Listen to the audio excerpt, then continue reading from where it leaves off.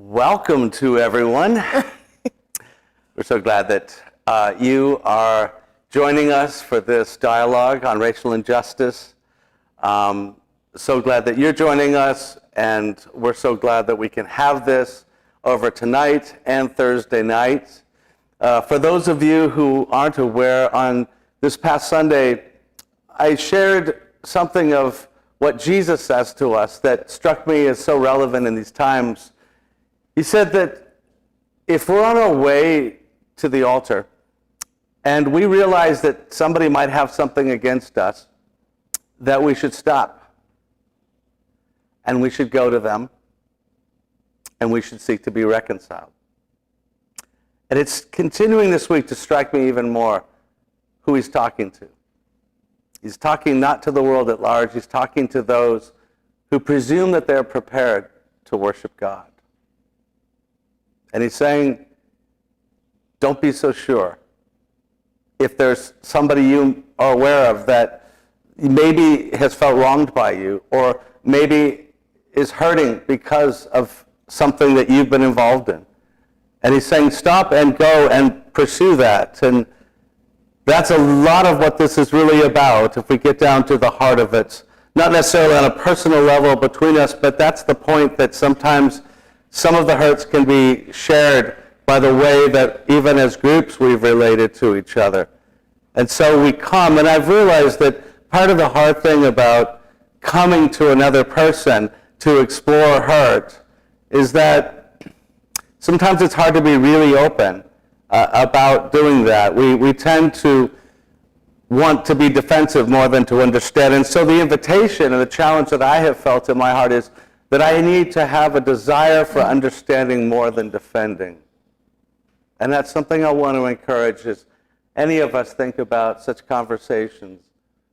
And then it involves really pursuing and trying to understand. So that's the invitation, that's the spirit that we want to be able to engage in. And I know that for a lot of people, you may not feel like you have those relationships, or it can be difficult. And so this is a way to kind of extend to perhaps more a chance to kind of come into that conversation. And I hope that this will be valuable for you. I wanted to note that we're really only beginning something, and any conversation is truly only the beginning. It's just a slow process, but such a significant one, of starting to build bonds of trust, of building bonds of understanding, and through those bonds we build relationship. But we need to start in that relationship. As someone once said, if we can never be reconciled if we don't have anyone to be reconciled to, if we don't have relationships. So we just slowly built that, and I'm incredibly appreciative that a number of people have been willing to extend themselves to me, to be helpful to me, and that's really why we're able to come. And there was a group who did that last week, and from that, some were willing to come and extend this conversation and open it up to you this week. And I want to just say some things about those who are doing so. I want to make clear some things for your sake, but also just to repeat these things to them. Some things about what they are and are not, and what this is about. One is, they're not in this dialogue because they want to be. They're more in this dialogue because they're willing to be. The truth is, if any of us have things that run through our lives that have been hard, we're not really looking to want to easily dive into those things and rehearse those things. That's not their heart. And we would barely want to do that with a friend, let alone with people who we don't know. So it's not so much that anybody's come wanting to, but there's a willingness. And I hope that's something you can kind of appreciate. And secondly, I know that all those who are sharing would say they don't want to be speaking for all black people. And I think that's something we all need to take to heart. And it's really something we need to take heart in any kind of conversation. We have a tendency, and that may be part of our problem, to presume that everybody's the same and miss the fact that people have some shared and common things, but they really are individuals with their own experience. And nobody wants to speak for people. But I know it's common, and we all need to grow in learning to get over that sometimes, even as we talk about any group.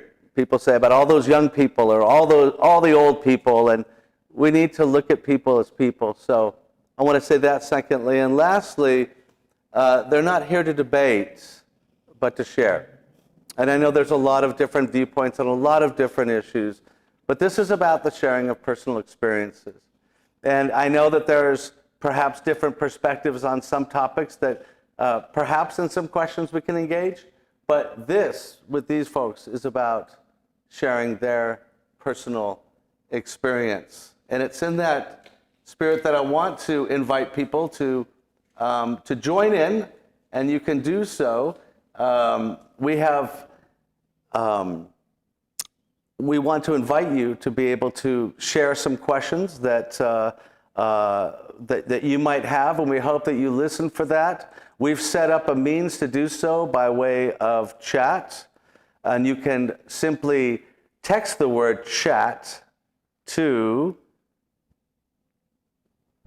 I'm looking for that number right now. It's probably on the screen.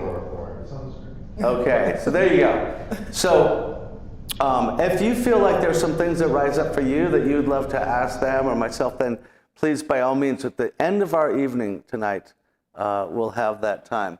So I want to begin by inviting those who are part of our family together, but many would not necessarily have met or known. If you guys can just each introduce yourselves, just in terms of the brevity of your where you might have moved from and any other moves and grew up and that type of thing. Okay. Ladies first. I am Ashley Jackson. I have been in Los Angeles now for, I think it's over 10 years. I have been at the Vineyard for 8 of those 10 years. I grew up in the Bay Area in Sacramento, and then I traveled to Los Angeles. I am one of 4 girls. Wow. And my parents had their hands full. Wow. So you're the only one in your family that's here? Did your family move here? I am the only one that lives in Los Angeles. Yes. My dad's family, though, is here. What led you to make that? I wanted to get into the entertainment industry. Yes. And I had some time there, and then I moved out of it. And we had the fun of her coming up to me and telling me that the first day that I thought she was here, you'd been coming for a while, that my picture was on her refrigerator. That's a strange thing to be told, but true, because somebody very close to us was Ashley's roommate. Yes. So that was so fun and a wonderful connection. It was. It worked out great. Yeah. That's cool. I'm Jeff, 28. I've been in Los Angeles for about 2 years now. I've been going to the Vineyard for most of my life, various vineyards in Maryland, where I grew up, also Louisiana. So when I moved here from New York, I saw the vineyard sign outside. It's a sign, literally. And where was Louisiana in that? Maryland to Louisiana to, you went to school in Brown. And then Louisiana for, I think from like 4 to 8, and then back to Maryland. My dad is a petroleum engineer, so Oh, okay. in both for various points of time. I have a younger brother who's 26. He lives in Maryland. A younger sister who's 21. She's in LA here, so that's wonderful. Yeah. Awesome. And we had the fun of coaching a football team of some 9 to 11-year-olds, I think it was, and that was a lot of fun. And I've seen how intense he can get with the refs, and how competitive we both can get, and how competitive we both could get. So you see different sides of somebody.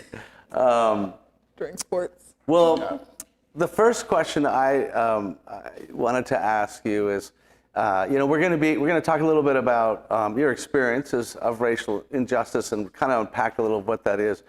But before we kind of reach back into moments, I thought it would be helpful to ask you, how are you feeling in this moment? The moment of the past week or two. Not that you may not feel like you can even really expound on that, but I'd like to know kind of how it's been for you going through this. You want to start? Or you want me? Okay. I think I would categorize it as a series of ups and downs. I think I said to my friend the other day, it is very Psalms. It is, why is this happening? Why is there such evil in the world? You know, thankful for all the blessings that I have, that, you know, even through all of this chaos, that I'm still in good health, my family and my friends are in good health, that, you know, none of us have to grieve in this way. I think it started with Ahmaud Arbery, and I said to our young adult group that I was like angry, more so than being like saddened at, you know, the tragic loss of life, but angry at the fact that that's still happening in this day and age, and sad and afraid at the realization that, you know, that could have been me or any other person that looks like me, which I think is a deeper hurt than just saying, you know, I'm saddened at that loss. And during that time, I think I was personally mad and, you know, didn't really want to engage in anything, but, you know, prayed about it, and ultimately, you know, if, you know, I can share my own experience to help bear someone else's burden, then I think that's what we're called to do. So ups and downs since then. I've had some friends reach out to check in. That was really helpful. And then George Floyd happened, and then it was all over again. It seems to be a constant cycle in this country throughout my lifetime. You've almost been just overwhelmed by the whole evil that it represents. Yeah. Yeah. There's similarities. The first emotion I think I had was just disbelief. And for the first 5 days or so, I kind of felt like a zombie. I didn't know whether to be angry, disappointed, where compassion should go, where it should be taken away. There were moments where I was crying out to the Lord, like asking, like, why are we still in this space at this time? Why is it that it seems like it is, the darker your skin is, people portray you to be evil, or they portray that like this is something that's just like, it's just been perpetuated. And it took about where I am now, it took about 7 days, I would say, before I could really, and God really had to isolate me, like really isolate me. I felt like people wanted to reach out to me and I could see it later on, but didn't know quite what to say to me. Yeah. And it was just confusion. I think more than anything, I felt so confused that, especially at a point right now when we need each other more than ever, we're in the middle of a pandemic and we're still fighting each other. Like, this is what it looks like. And then the fear that comes over when you realize, and I felt like this is so unjust, Lord, that I have to live a different life than my friends. I have to be worried about my son going outside and running, or worried about, like, I have to treat everything different than the people that I love. And to have to explain that to a child, knowing it had been explained to me, but it was just like, it was so many emotions at that moment that it really took Christ, like, pulling me away just a moment, just to have with me and him, for me to bring it down and find a way to, like, center it all. Mm-hmm. Yeah, we talked a little bit about that. It's just, and very hard to find that space, and knowing that people might want a response, but you've got so much inside, and none of it feels very centered, you know? No. And with such a mix. Yeah, it was a mixed emotion. It was feeling like I felt, I don't want to say chaotic, but I didn't know what to tell anybody. I didn't know how to respond to anything. I didn't know whether to be angry, whether to break down in tears, whether just to like isolate myself so I can't be angry or in tears around anybody. So it was just very confusing. Yeah, I certainly disappointing. also went through a point of not wanting to see anyone. No. And, you know, I think it was, the toughest part is wrestling, you know, as a Christian with where's the line between, you know, forgiveness and having mercy and grace for these people, but also fully recognizing the evil and being angry at injustice like we're called to do. But, you know, not focusing that on people. So that's a tough place to wrestle. Yeah. Yeah. Well, I want to ask you, to share some of your experiences. And you're both relatively young, and there's shifts from generations, and we've talked about that some. That's very notable. Some have shared things that they know their parents went through, their grandparents went through, as we were sharing in that conversation, Darren sharing, and stuff that a lot of things struck him through his grandmother in the time. So I want to invite you to share your experiences personally, but also as you may have experienced them, like something your parents said, your grandpa, extended family too, because that's part of what you carry in you. You carry, obviously, things they've been through as well. So I wanted to ask you to share how, your own experiences in terms of experiencing prejudice, discrimination, those things. And I want to, as I shared with you before, and it might be helpful to those who are joining in, because sometimes there's different shades or different types, if you will, of that. And so I had mentioned these, the first being any experience with, I'm going to just mention all three, and then you can share them how you want. But any experiences with barriers and discrimination, which can be systemic, but it can also come in personal relationships where you feel like there's been a barrier that somebody had. A second being any experience with prejudice and forms of feeling undue suspicions and subsequent fears, like, that somebody has presumed something upon me that is absolutely, not fair, and it makes you fearful of the way they're viewing or coming towards you. And thirdly, any experience with the social challenges that we might just call, the awkward challenges at times of being, having to fit in, if you will, to the dominant culture, which both of you have had to do in ways through your lives. And, that can be the awkwardness of stereotypes or assumptions that people may bring. And you don't have it all come to mind at one time, but just as you maybe even starting with first experiences and things that have lodged in you, had the greatest impact on you. Okay, so the first one was any of those. I'm just naming them so that we're not narrowing it down to just suspicions and fears or assumptions people make or barriers, because those are all part of it. Well, I can go off of where I felt prejudice. I worked at a high-end restaurant and in Brentwood, and I worked for lovely people. But I would see prejudice when I'd go to tables, and we had something that we would do in our restaurant is that, so nobody waits. We want to make sure that once they sit down, you've got 2 minutes to get to the table. And that doesn't mean you per se, it could be anybody. Well, the person who had come to the table before me was my friend January, and she was cute little blonde, and this gentleman was very taken by her, and he gave his order, everything. And then when I came to ask, like, if those drinks are on the way, how are we doing? He was disturbed, very disturbed, wanted to know where his server went, and asked if I could not serve him. So it's just, and expected, and he was shut down by my manager, who's amazing, but expected for that change to happen immediately.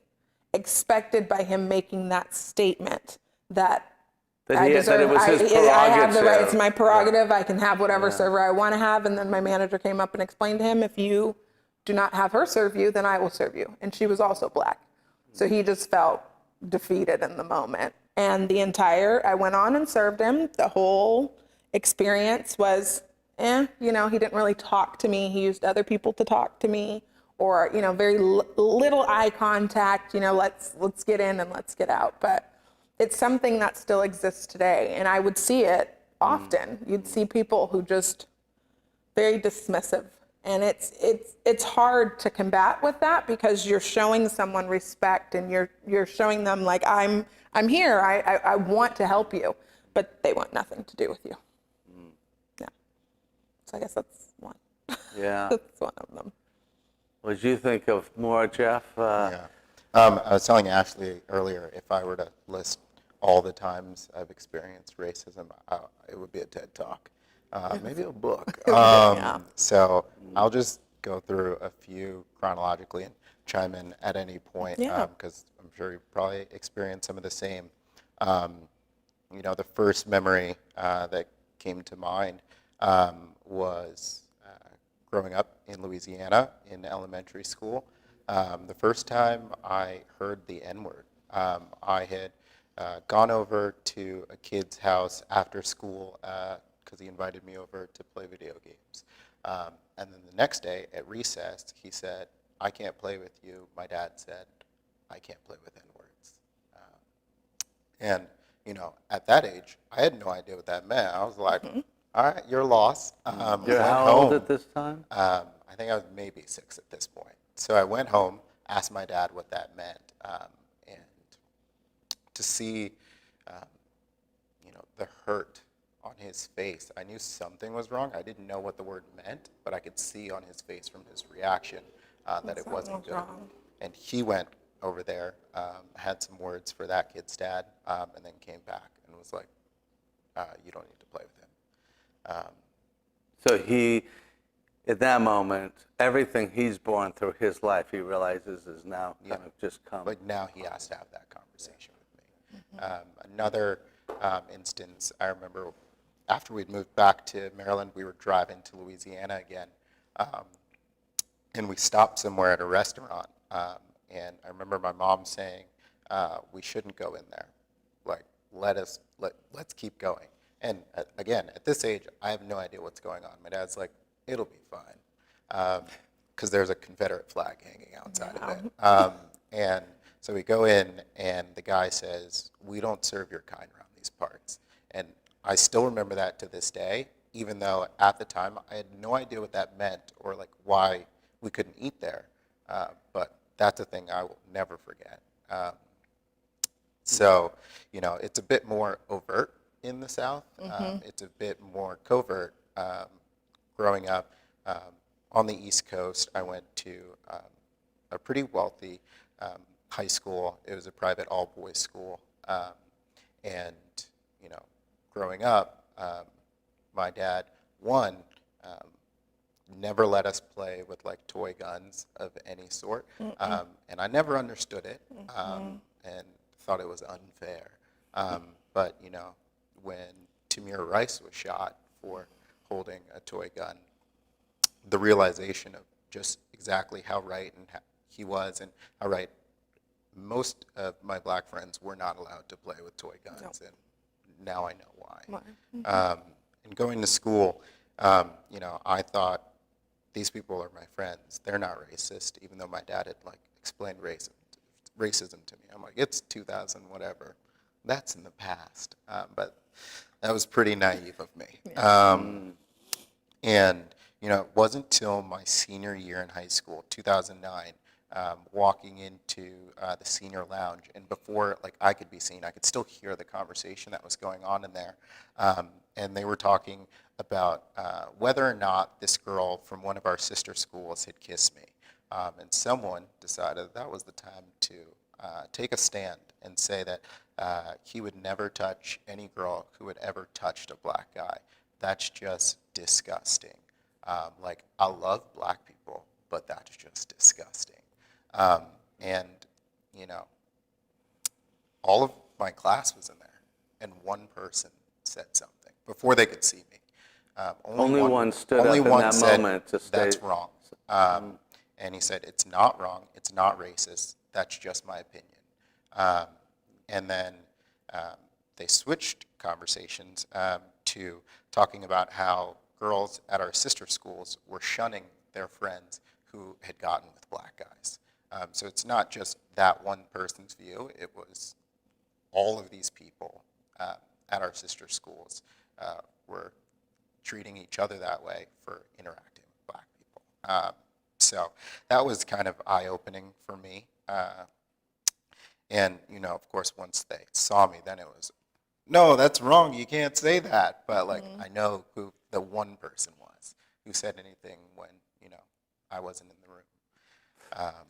So in that moment, you sense people wanted to, felt bad about it, wanted to say that they, make a better plea later on, but not in the moment. Yeah. Which is kind of probably causes you to struggle with trust, Yeah, when people absolutely. say, I don't have a problem, but you wonder. Yeah, and it's one thing to,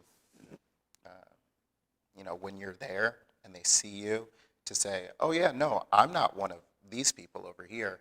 But if you're not in that room, it just makes you wonder what types of conversations are going on when you aren't in the room.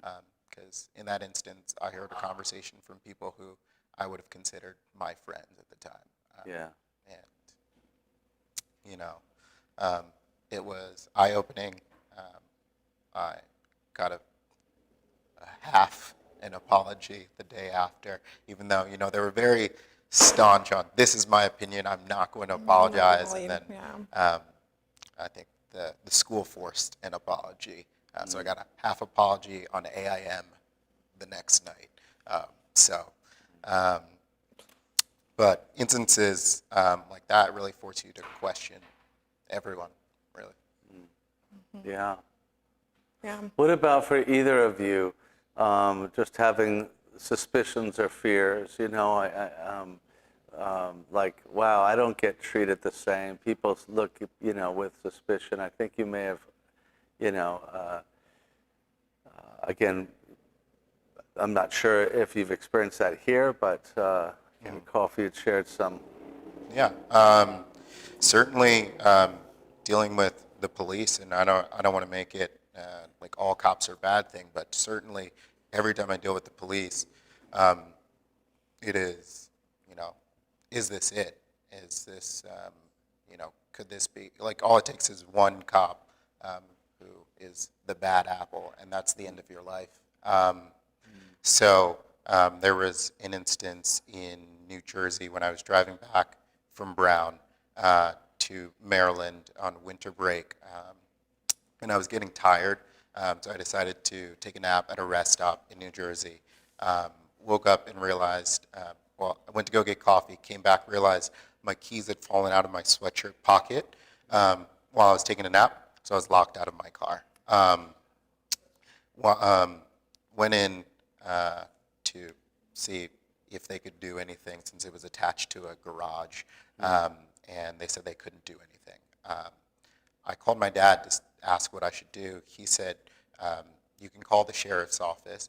In his day, the sheriff would come help you unlock your car. He's like, I don't know if they still do that, but you should call them. But be very cautious when the sheriff shows up. Unbeknownst to me, the person who I had spoken to inside the rest stop had called a tow truck for me. Kind gesture, but the tow truck got there before the police got there. And he said it was $500 to unlock my car. And I said, well, at that price, I can just break the window, drive home cold, replace the window. Yeah. No, thank you. And he said, well, that'll be $200 for me to leave. You called me. And I said, no, I didn't. Someone else called you. I called the police. I didn't call you. And he said, I'm not leaving until you pay me. The police get there, and I walk over to the police to explain the situation. And before I even get to him, he has his hand on his gun, and he's yelling at me to back away. And then he went over to the truck driver to get the tow truck guy's story, came back and was like, pay him. And I'm like, excuse me. Tells you to pay? Tells me to pay him. And I'm like, I was the one who called you. I didn't call him. And he was like, you have to pay him. And I'm like, I didn't call him. If someone called a plumber to your house, you wouldn't then say, you have to pay the plumber because the plumber showed up. I didn't call him. I shouldn't have to pay him. And he goes, pay him or I'm going to have to tow your truck. And I'm like, okay, I'll pay it. And then he goes, no, you had your chance, you didn't pay it. Tow his truck. And so they towed my truck, and then he said, now you're trespassing. And I was like, you just had my tuck truck, but also I can just walk off the rest stop. I'll walk on the highway. And he goes, no, that's not a safe means of leaving the premises, so you're trespassing and I can't let you leave. So you have two options. And this is like at like 2 a.m. And he's like, you can either sit outside the tow truck place or you could go to jail. And I'm like, I can't just sit outside a tow truck place in the middle of New Jersey at 2 a.m.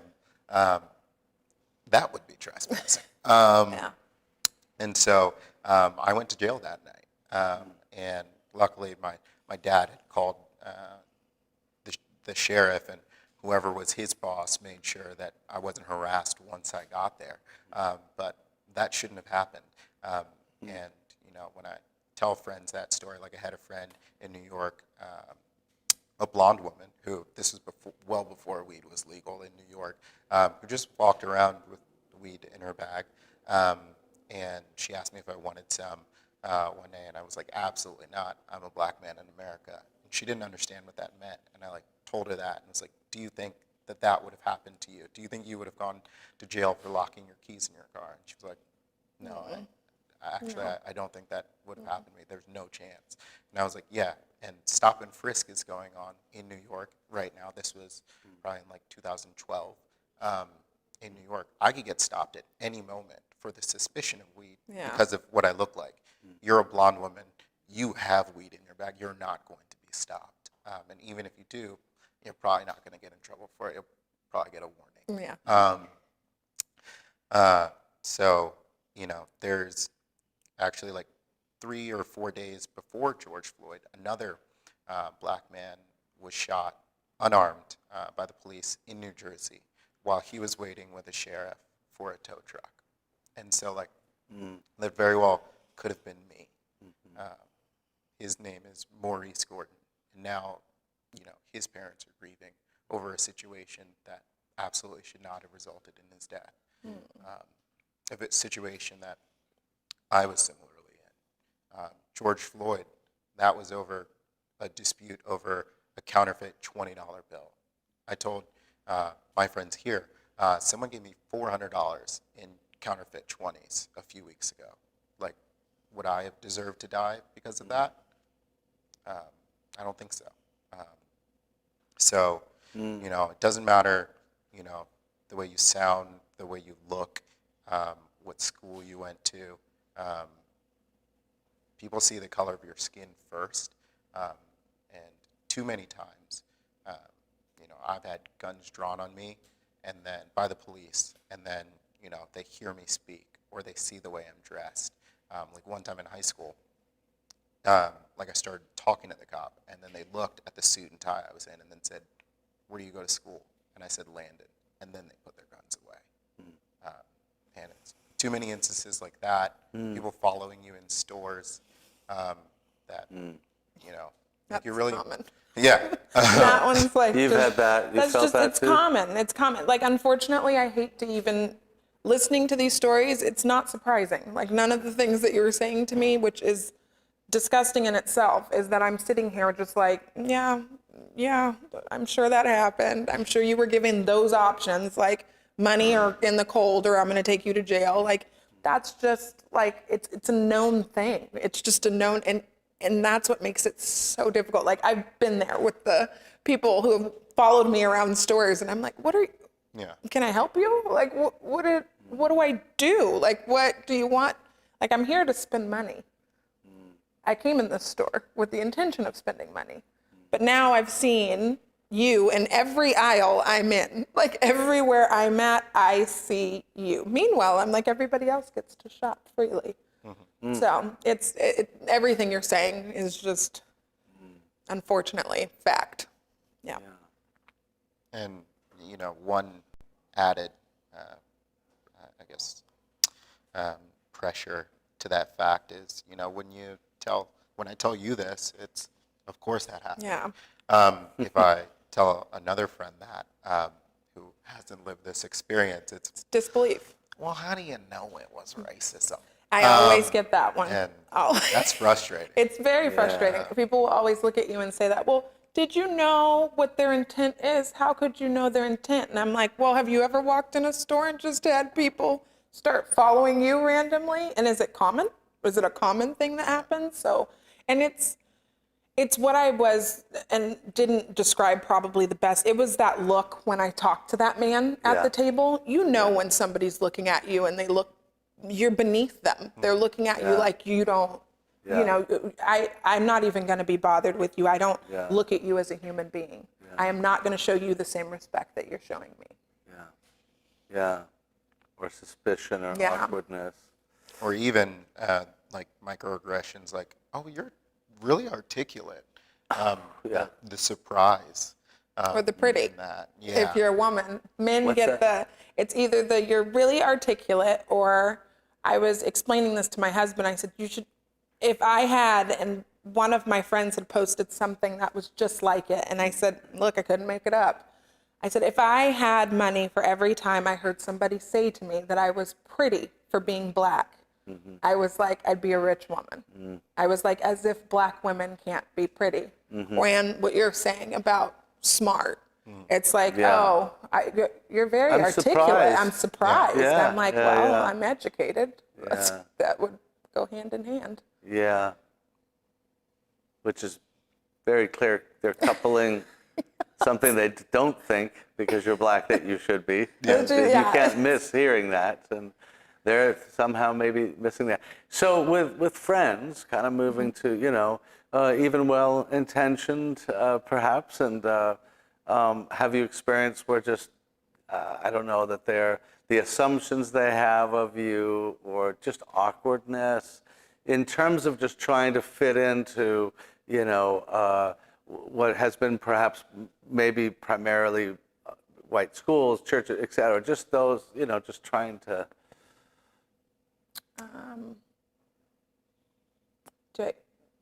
Is the question, do I see that just- people struggle? Yeah, have you just had moments where you just feel like somebody's coming with an assumption kind of along these lines, you know?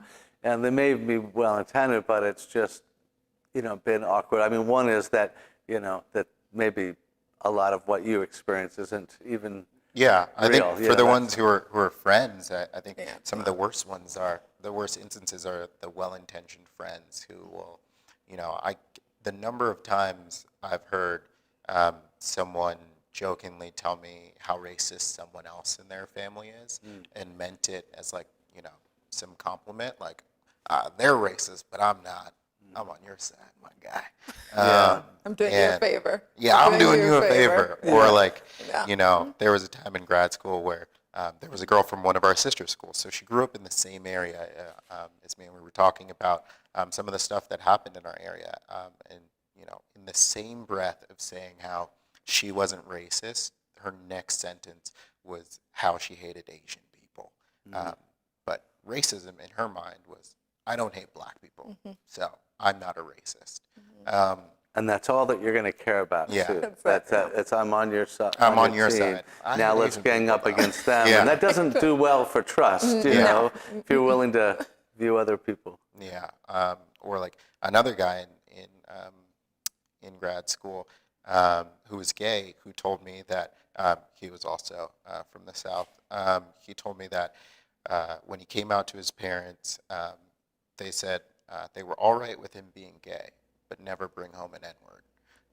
And he laughed about this, and like as if it was something that I was supposed to like laugh along with him at. And it's too many friends who, you know, recognize the racism in their own families, but don't address it. I think that's where it starts. It starts with one, looking inside and realizing your own prejudice. And like, you know, if you consider yourself not racist, but you hate Asian people, you got some searching to do. But I think if you look within and you really search yourself, we each have biases. And we can each, you know, lie to ourselves and say we don't, but people do. And so it's on you to, you know, first start with yourself, but then really tackle it in your own family and immediate circle, if we have any hope of moving forward together. Because it's not me, Jeff Izon, that's going to go up to your racist grandmother or aunt and be like, hey, listen, I'm a nice guy. I'm a nice guy. You should Yeah. like me. Let's change this perception you have on all black people. Yeah. You know, We can resolve. We can resolve Yeah. this all with me. it is you at Thanksgiving when they make that racist comment to step in and say, hey, that's wrong. Yeah. That's where it starts. Yeah. I want to expand it, and I have a couple more questions. But we are going to have an opportunity. I've shared that want to bring a couple guests of each of these nights, if possible. And I'm really thankful in a moment to invite a friend, Dr. Ken McGill, who I know as the man who, in 1996, the first time when I began to address racial injustice, but really also just the tragedy of our need to reconcile. And I needed to look into my own history and to really be able to, as a part of those several weeks we did, to make confession. It's not representational confession is not for one's own actions, but for knowing that you are a part of that which has, and you still somehow are tied in ways to that which has brought such harm. And so to really look into my own history and roots and to share, but to make such confession was one of the most difficult things, perhaps to this day, I've ever done. And the man that I asked to come up was Ken, because Ken's been that character, a man who's very safe. And Ken has gone on to get his doctorate and has worked as a psychotherapist in Los Angeles, as he did also with homeless ministry and Mississippi, and now in Texas, where he lives with his wife, Leslie, and I was a part of doing their wedding and their son, Gabriel. And so we're going to make a short transition while we give you a little window into something else that's coming up. And then we're going to bring Ken in from Texas.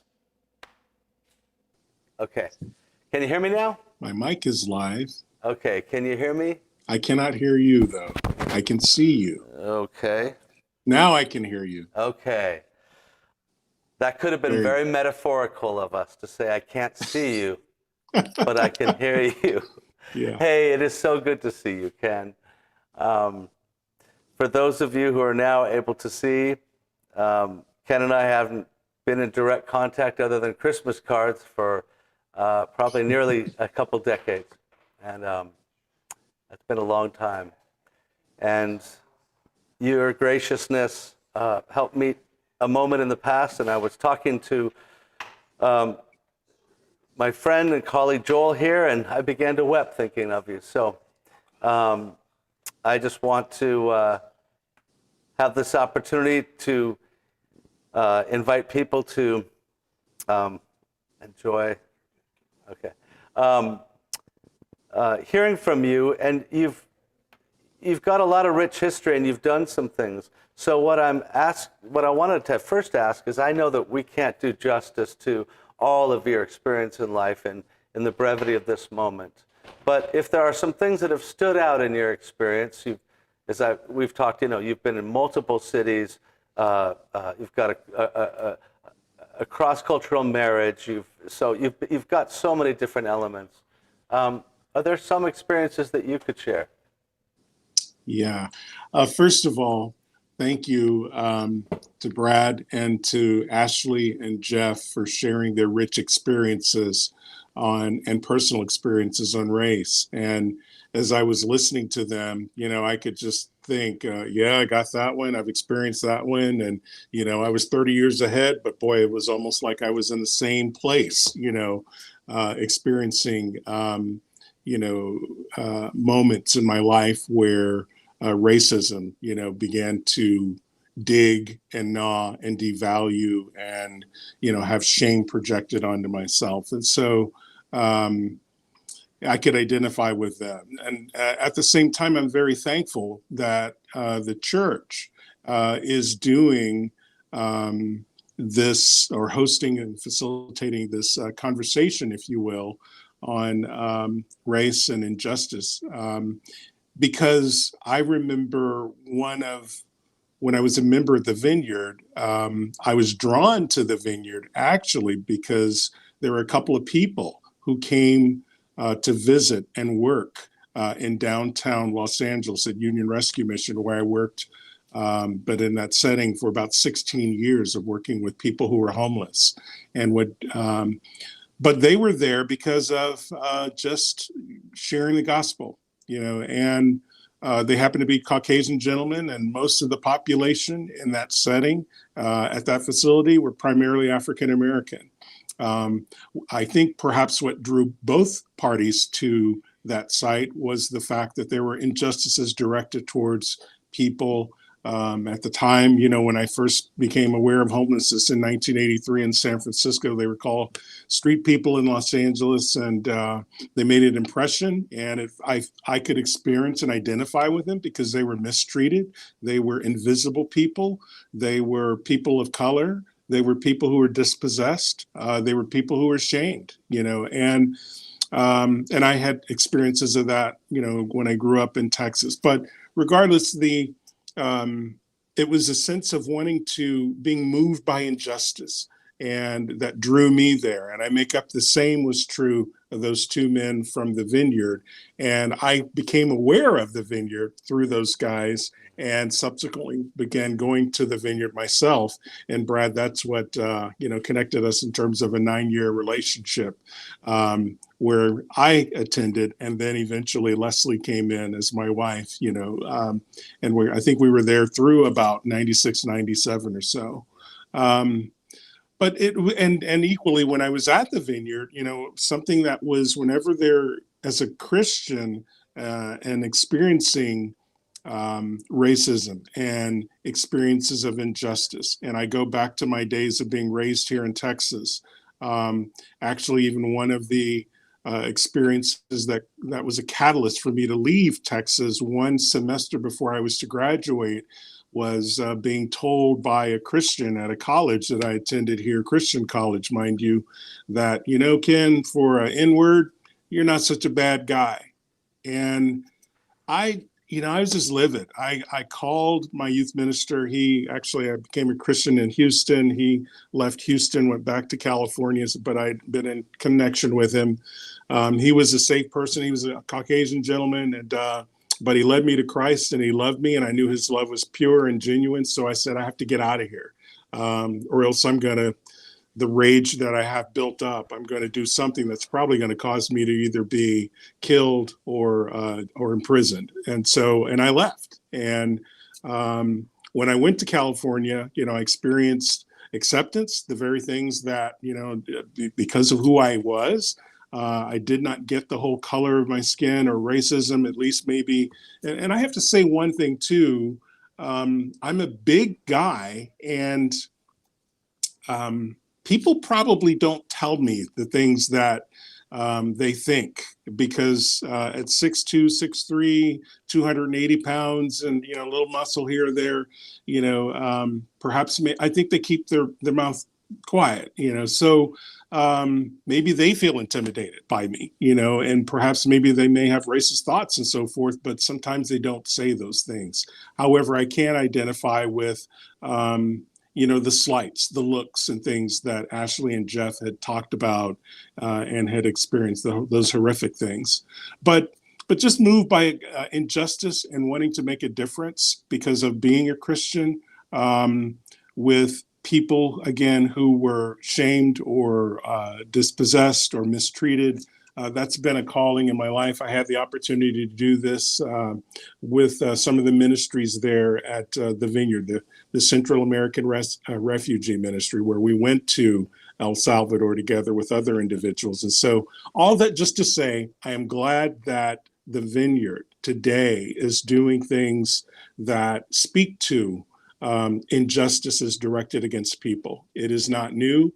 I'm very thankful for it, and I'm glad to be a part of this panel tonight as well. Yeah. Yeah, Ken and I you reminded me, we traveled down to Central America together and had a Yeah. lot of really fun times. Reminded that there's a lot of people that have suffered as Yeah. the those seen as lower, those power over power. We've seen it in different countries. Ken, the other question I wanted to ask you in our short time here is, you have you've authored a series on cultivating love. You have given a great depth, a profound depth of thought about how people work through pain. And you've talked about, and was just reading what you've written about, channeling in a constructive way, and that's a choice that we make. Are there some points on that that you could share a little bit about? Yes. Thank you. The micro assaults, microaggressions. I think micro assaults was when Dr. Gail Wyatt, at UCLA when I was in school and with my doctorate program, talked about. But those assaults, they compounded within me and, created anger, rage myself, and resentment, even as a Christian.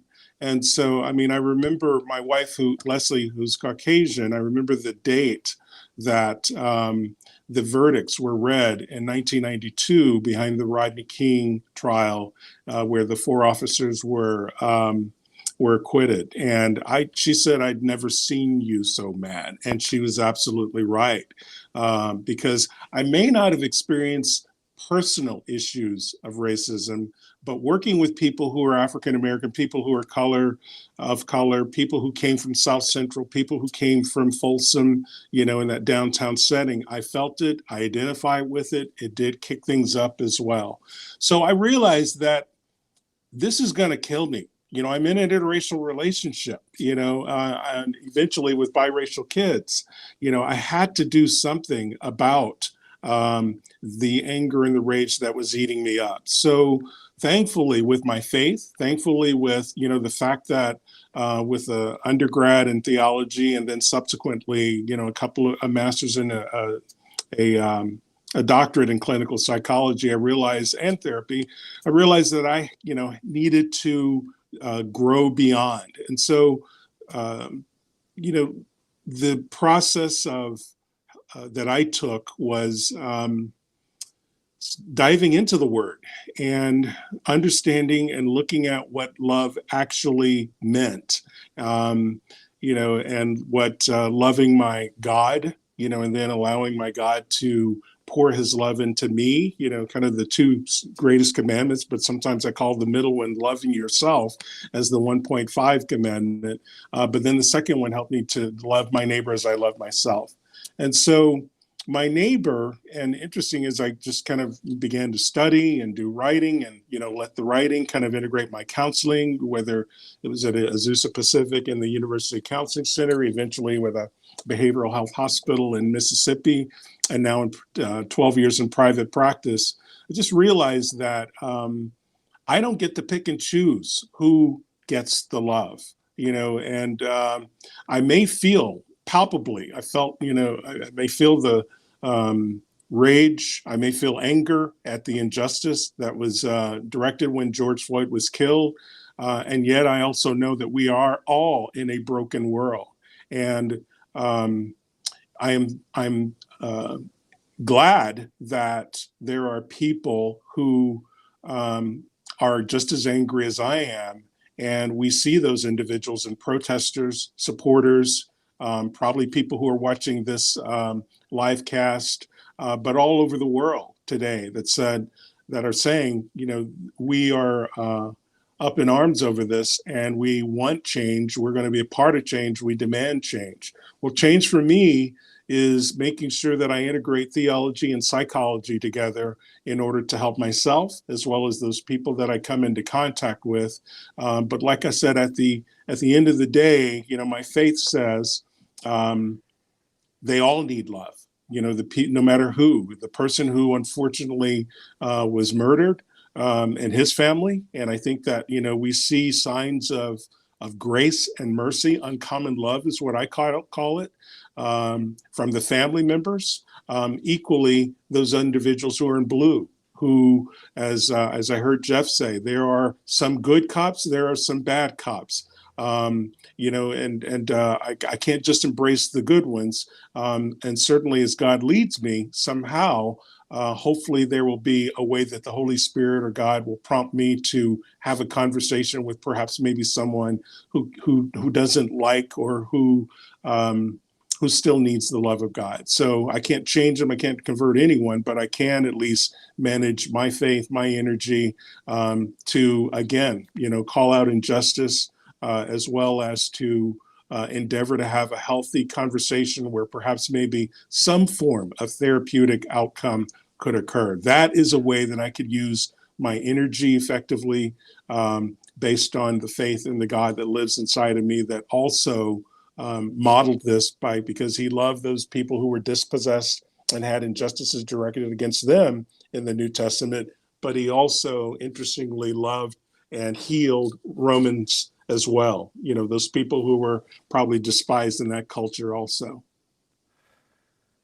Yeah, it's a profound reminder. Many people have been talking of the need to love our neighbor, but I think you've brought it home to the call to what that actually means, and that you don't get to choose your neighbor. As you and I talked the other day, I think you said your neighbor's the one closest to you.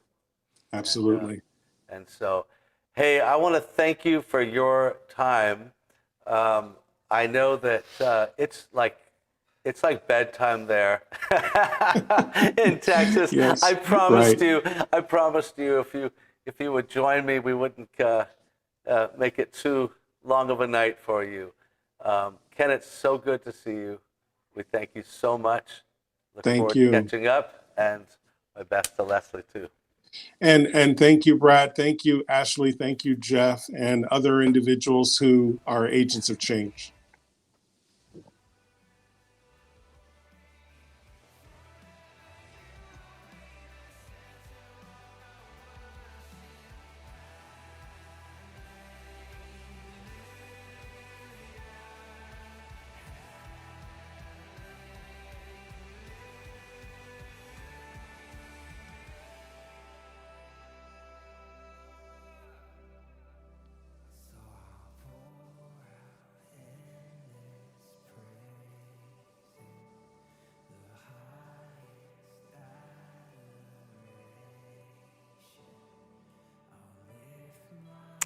Well, welcome back.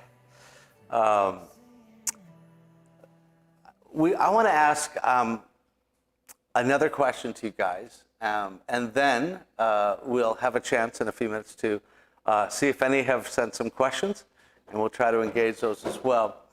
But I think if we could pick up and take a direction of one other question, particularly because I know you both, and I know something of kind of watching you have to navigate, the wider culture, and younger lives are kind of moving about. Aren't you glad I call you both young? While you hang out with someone like me once in a while, it pays off. But each generation is actually in so many ways changing in positive regards. And one of those is there is a lot more diversity, and we're in LA. So there's a lot to appreciate in that. I mean, I think we're here because we've got a context that is positive, but it doesn't mean it's not challenging. And I'd love to just touch base on how you experience coming into a church. Now, the church has, in terms of its own diversity, not long ago, you pretty well had black-white churches, and you had churches still in LA that are primarily black, and many that are very specific parts of the Asian culture or Latino culture and what have you. And a lot of that's so positive, honestly, because a lot of it is helping to carry the culture and to help affirm the culture of the people that are a part of that. But as there are more churches that are tending towards having more diversity, at least the diversity of their own areas, so the West Side's become more diverse, and that's been a gift to us, something that we have welcomed. We have in many ways tried to seek that. But I am very well aware that for you as Black individuals, culturally wise, you're coming into what, as diverse as we want to call it, part of it's just the Vineyard style and stuff. Stylistically, it's still kind of, we'll just say predominantly, or in what part of white culture, and style of music, various things, and the people you're going to engage, and just what that's been like for you, because I think a lot of people want everything to be more diverse. But it's tough to know how to be that. And of course, you can't try to just create a church that is diverse. It never works. And also, there is no single culture. All of you, everybody has their own likes for music or what have you. So there is no one style that's going to be for everyone. And that's why it's great there's different local bodies. But I'm curious as what that's been like navigating for you. Just either, again, in style or people or anything else. The fitting in, I don't know.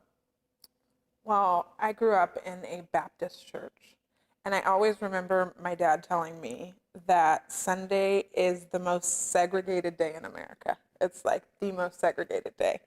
And from that Baptist church, we ended up going to a church that I would say is predominantly white. It was a smaller church, so there was a little of everybody, but it was predominantly white. When I came here, it was not about what everybody looked like. It was about the message and about where God was calling me to be.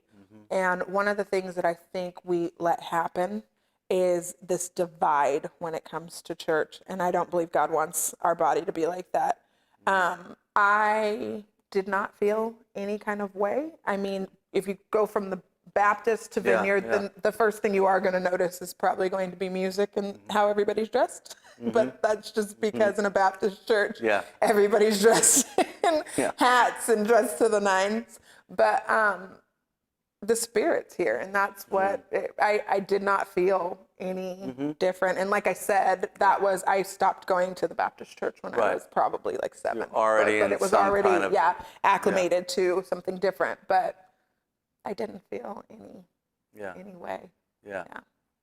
Well, that's a good thing. I would also say this is more of the same for me. Growing up, it was vineyards and various Nigerian churches. So at the Nigerian churches, it's all Nigerian people. And so the music is different. Surprise, surprise. And also more dressed up. Or certain churches, it's more of like everyone's in white. So, I think I've kind of grown up being used to being the only Black person in a room. So I think you learn to code switch between, when you're hanging out with predominantly white people or when you're hanging out with people who look like you.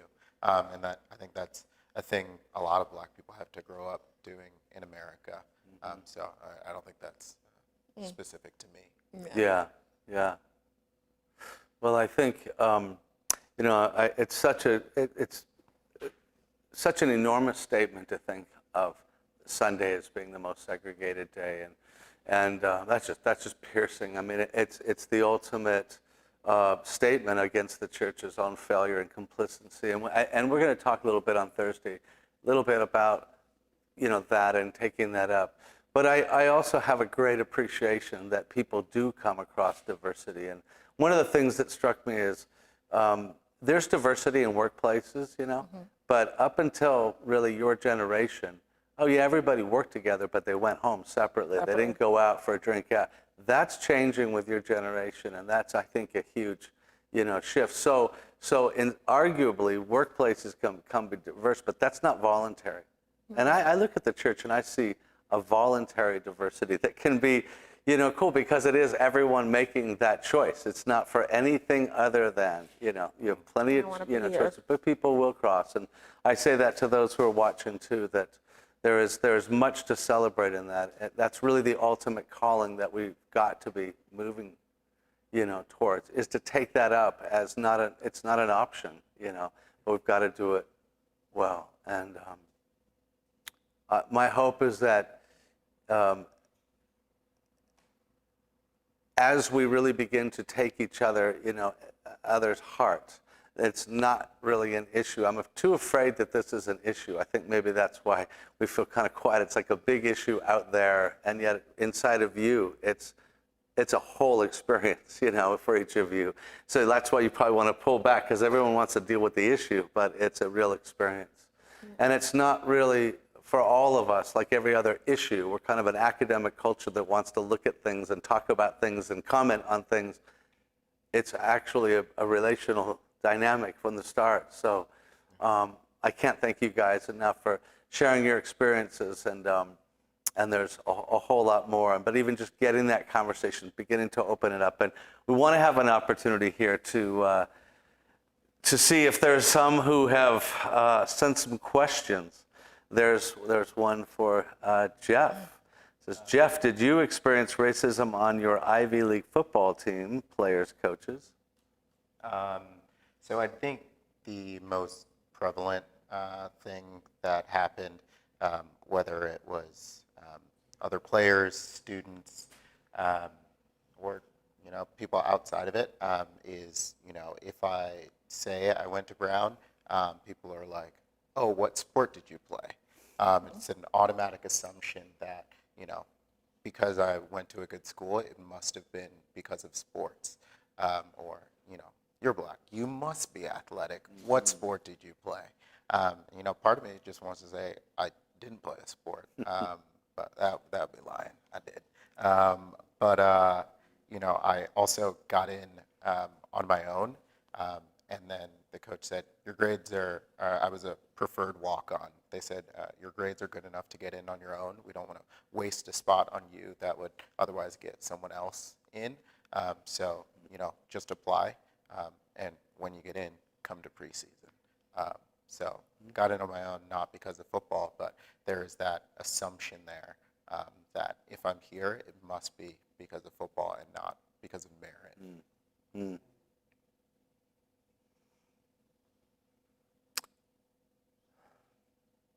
The question is, what has been your experience with white people invading your space? For example, taking liberties such as touching your hair. I think that's me. Yeah, go for it. Ashley, I think that's me. One of the things I've always prayed for is, and I've gotten checked on this by a friend, is not to have a spirit of offense. I think that sometimes we all move in that space so much that it's like people feel like why we end up in spaces that we are is because nobody wants to ask a dumb question. Nobody wants to say anything that they think is like, oh, am I treading lightly? What's going on? As far as space, yes, I have had people come up to me if my hair's braided, if it's down and wavy, if it's and approach you in a way that you sense they wouldn't somehow they would show more respect for that boundary. Yeah, or just ask, and that's where I have to ask myself that question too. I'm like, maybe you do this to your friends too, but it's more of, and I think where people are asking the offensive side of it is kind of like you're this doll or like this creature that, wow, like I haven't seen this before. I haven't. Instead of, just, oh, I like your hair. Like, how do you do this? Like, what's going, like, it's not that same way. And I've had it before. And I've had people who will instantly assume, if your hair's longer, then it must be fake. If you braid your hair, I've heard like weird conversations of, that means you don't wash your hair. It's just, you don't wash your hair ever, do you? And I know this is all turning into hair, but yeah. Well, the question is just was, and it's happened. It's happened, and I feel like a lot of times what I'll do is correct the behavior, and not correct it in a way where it makes somebody feel like I'm like hitting their hand, but more of correct it in a conversation. A lot of times I reverse it back on. Oh, what did you do to your hair? You can hear their I can hear it in assumptions, their so you head. can- I can hear it in their head. What did you do to your hair? Did you dye your hair? Did you cut it? What's going on? So it just, I usually change it. But yes, I have experienced it before. Yeah, I would say I also experienced the hair thing. Surprising, but still people will just Like reach. Yeah. But I would say more so for me, it's more of a sexualization. This is a church thing, so I'm keep it PG. But you know, there's that you know, stereotypical sexualization of black men. So people really feel like they just have liberty to just say whatever, ask whatever, and touch whatever, just because. And you know, And that somehow you're going to deem that appropriate because you're different. exactly. Like you should see it as a compliment. But like, if someone did that to you, I'm sure you wouldn't feel that way. So what makes it right for you to do that to me? It's usually when I start to reach out my hand. Yeah. So Yeah. Another question here. How have either of you experienced racism within the church, not necessarily Westside Vineyard, blatant or microaggression?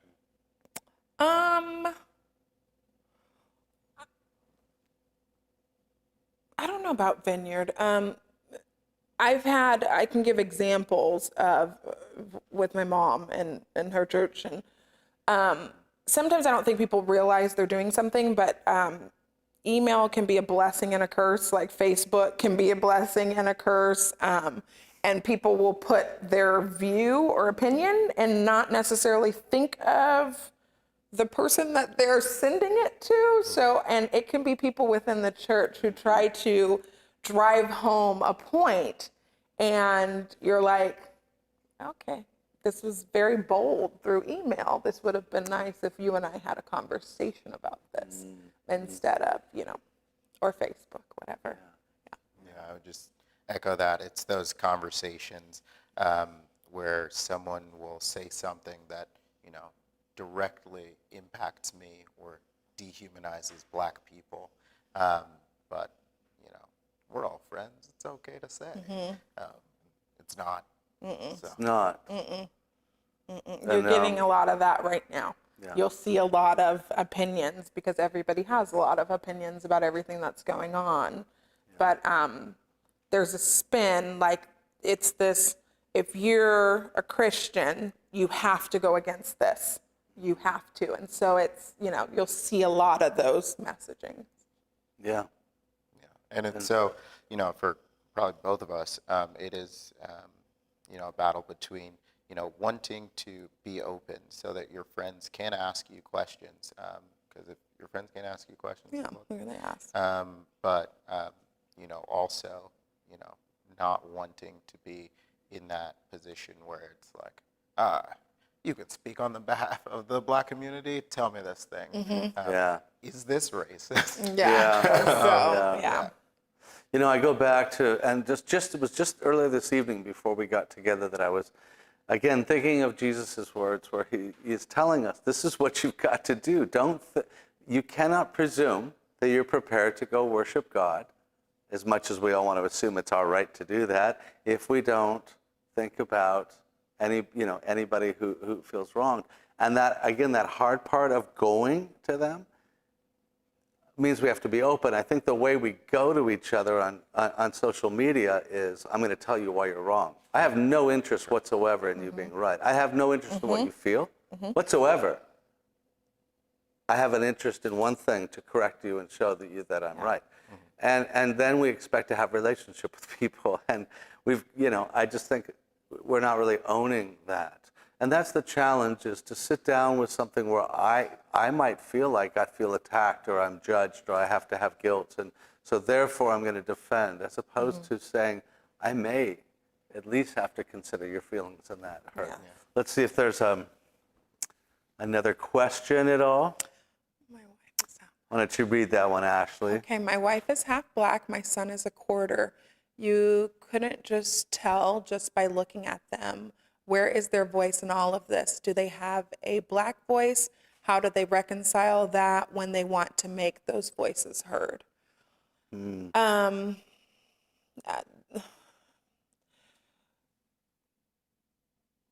can understand the trickiness of this because of what was just said about you can't tell that either of, was it the son that couldn't, you can't tell that the son was half black, or that his wife was not. Did I read that wrong? Okay. So I can see feeling like, I'm sorry, you couldn't just tell by looking at them. Okay. They are still black. You still are black, and that still runs through your veins. And part of your identity, and especially if they identify themselves or his wife as half Black, and his son, I'm sure she'll want him to identify that side of himself as well, then, there's a voice, they have a voice in the Black community as well, and it's not to take away from the voice that they have being white as well. Yeah. So, it's not either or, it's together. Mm-hmm. I like how we had the conversation with Darian, who had part of the community, and he had posted something some may have read, but it was so interesting because he's saying, I'm half Black, I'm half white. When people tell white people they should be quiet, should he?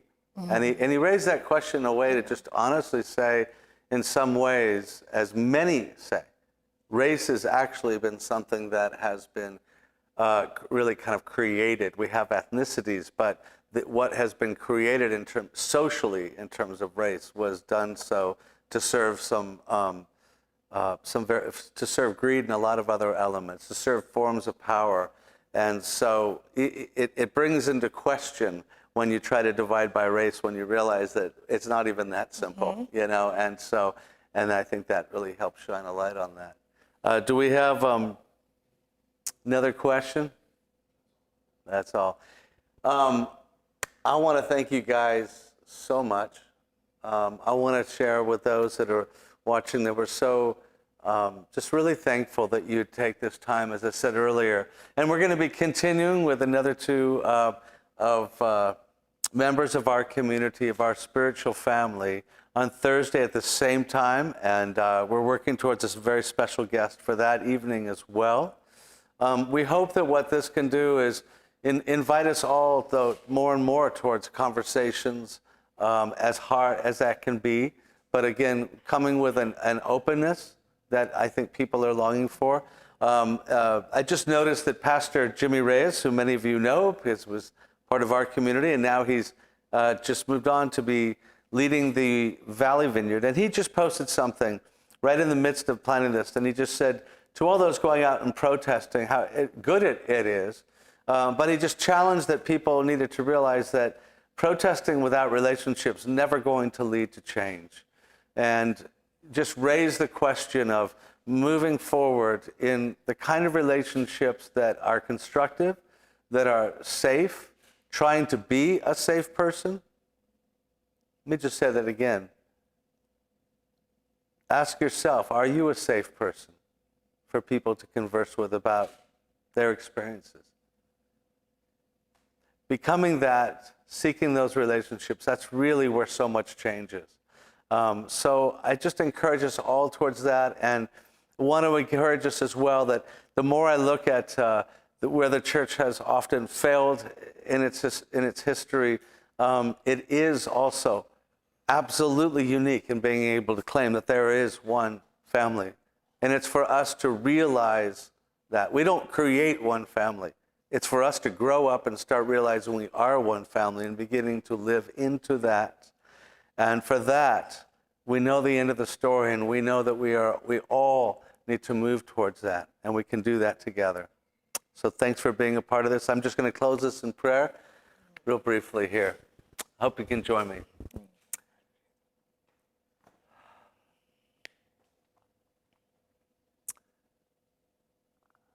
Father, we thank you that you invite us to call you Father together.